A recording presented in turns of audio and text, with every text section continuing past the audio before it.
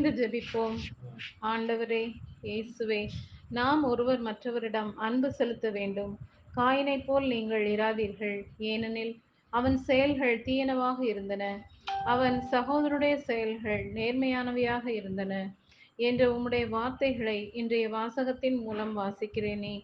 நன்றி ஐயா. என்னிடமுள்ள தீய குணங்களாகிய போட்டி, பொறாமை, அகங்காரம், சுயநலம் போன்றவைகளை அகற்றிவிட்டு ஆபேலைப் போல தன்னலமற்ற, கள்ளம் கபடமற்ற அன்பை நான் மற்றவர்களோடு பகிர்ந்து கொள்ளும் தூய்மையான இதயத்தை எனக்குத் தாரும்.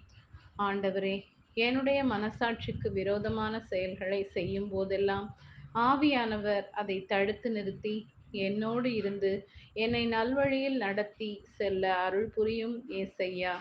மேலும் என்னை வெறுக்கிறவர்களுக்கும் என்னை ஏளனப்படுத்துவோருக்கும் எனக்கு தீமை செய்ய நினைப்பவர்களுக்கும் நான் அன்பை மட்டுமே பரிசாக கொடுக்க என் மனதை பக்குவப்படுத்தி உம்முடைய சீடனாக என்றும் உம்மை பின்தொடர வேண்டுமென்று இயேசுவின் நாமத்தில் ஜெபிக்கிறேன். ஆமென்.